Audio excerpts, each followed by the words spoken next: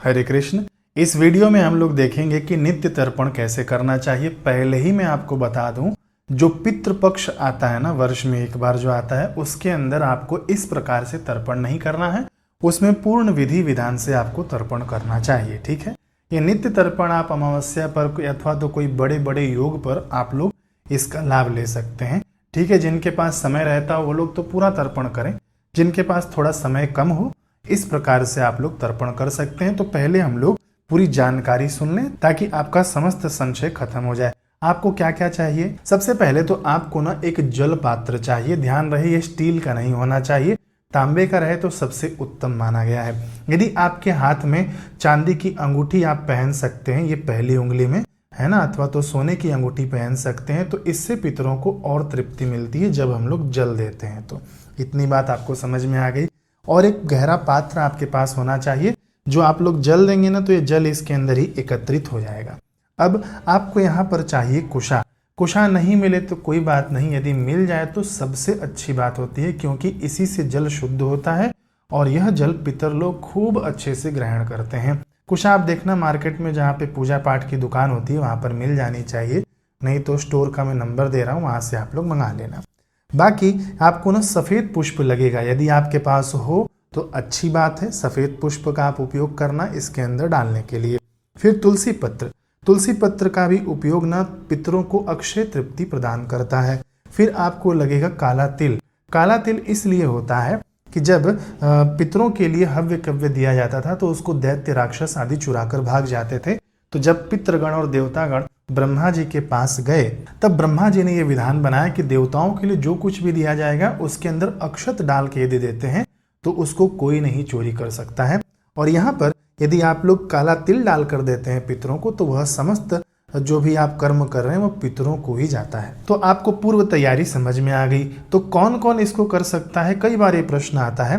देखिए, घर के ना सभी सदस्य इसको कर सकते हैं, है ना। माता सीता जी ने भी तर्पण किया था, श्राद्ध किया था, ये भी शास्त्रों में विधान मिलता है।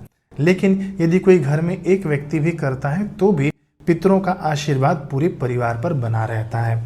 ठीक है, कुंवारी कन्याएं भी कर सकती हैं और विवाहिता माताएं बहनें भी कर सकती हैं। अब आप लोग एक बात और ध्यान रखना कि जब भी आप लोग व्यतिपात योग के दिन करना, पितरों की खूब तृप्ति होती है, उस दिन 1000 अमावस्या का पुण्य मिलता है। तो जब भी आप लोग व्यतिपात योग के दिन करना तो तुलसी पत्र आप स्वयं नहीं तोड़ना, माली के यहाँ से ले आना, अथवा तो गमले में आसपास जो तुलसी पत्र गिरा हो उस तुलसी पत्र के माध्यम से भी आप लोग तर्पण ये कर सकते हैं। पुष्प आदि अमावस्या पर नहीं तोड़ना चाहिए, पूर्णिमा पर नहीं तोड़ना चाहिए, तुलसी पत्र भी नहीं तोड़ना चाहिए। ये सब सावधानी बहुत जरूरी होती है।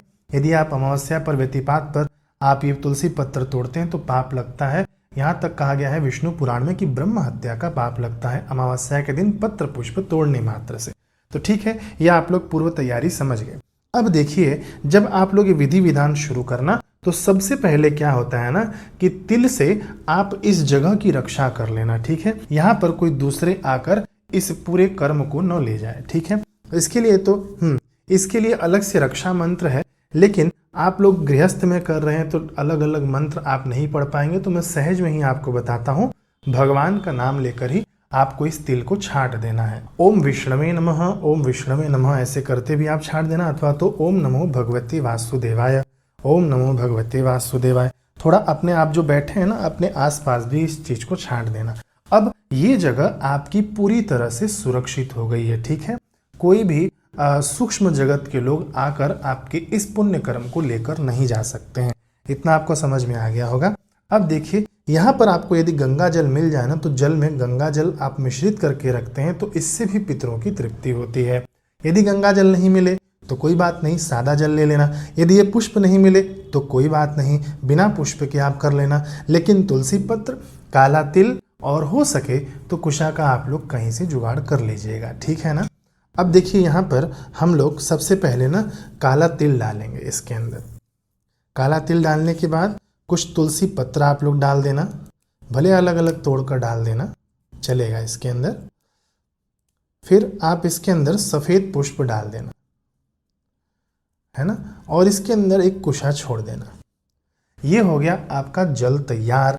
अब इस जल को सामने रखना है हमको। अब मैं जो सामग्री वाली थाली है यहाँ से हटा देता हूँ।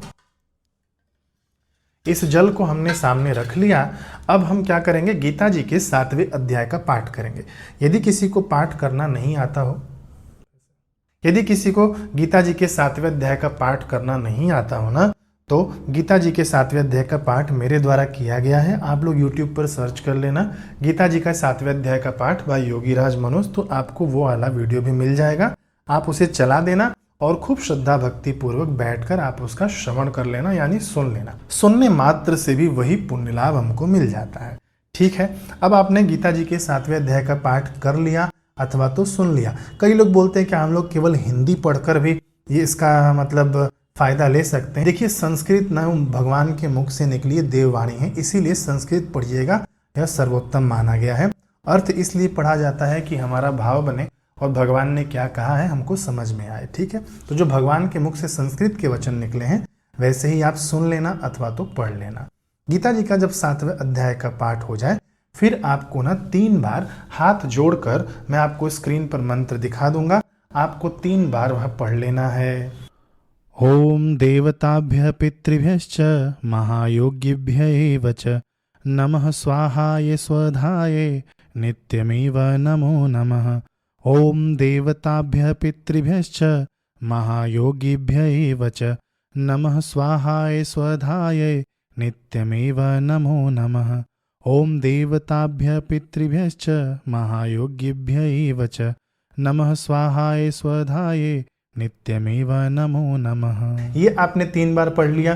कई लोग बोलते हैं कि हमारा मुख किस दिशा की ओर होना चाहिए, तो एक ही बार आप लोग बैठ जाना दक्षिण दिशा की ओर मुख करके। ठीक है, आपका मुख अभी दक्षिण दिशा की ओर होना चाहिए, यानी आप दक्षिण दिशा की ओर देख रहे हैं।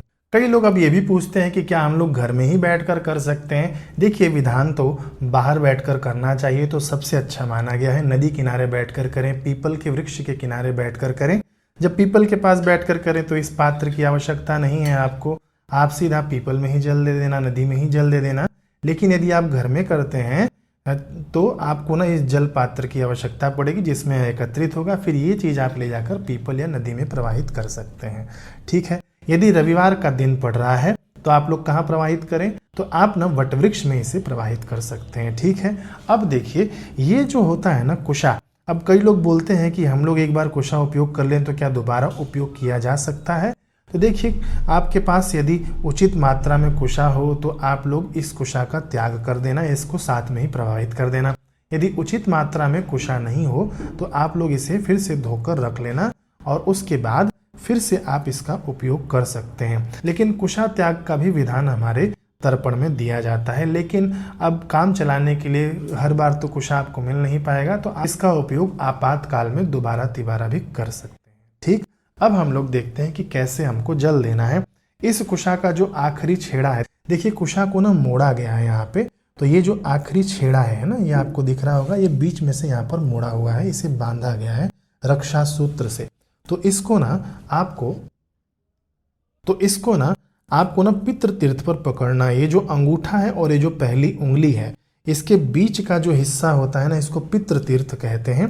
तो ये जो आखिरी जो हिस्सा है उसको बाहर की ओर रखना है और ये वाला हिस्सा जहाँ से मुड़ा हुआ है ना, ये आपको अपने पास रखना है। अब देखिए, हमको जल कैसे देना है। जल देने से पहले ना आप यह भावना कर लेना कि हे पितृ देवता, हमने जो ये गीता जी के 7वें अध्याय का पाठ किया, आपको हम उस पाठ का पुण्य अर्पण करते हैं इस जल के माध्यम से।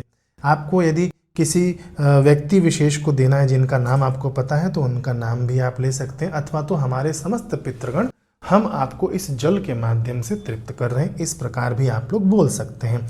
दक्षिण दिशा की ओर आप ये ना इस प्रकार से कुशा रखना, ये दक्षिण दिशा है। ठीक है, ये जो सामने मेरे दक्षिण दिशा है, तो मैं ऐसे रखूंगा अपना हाथ और ना जल में ऐसे दूंगा।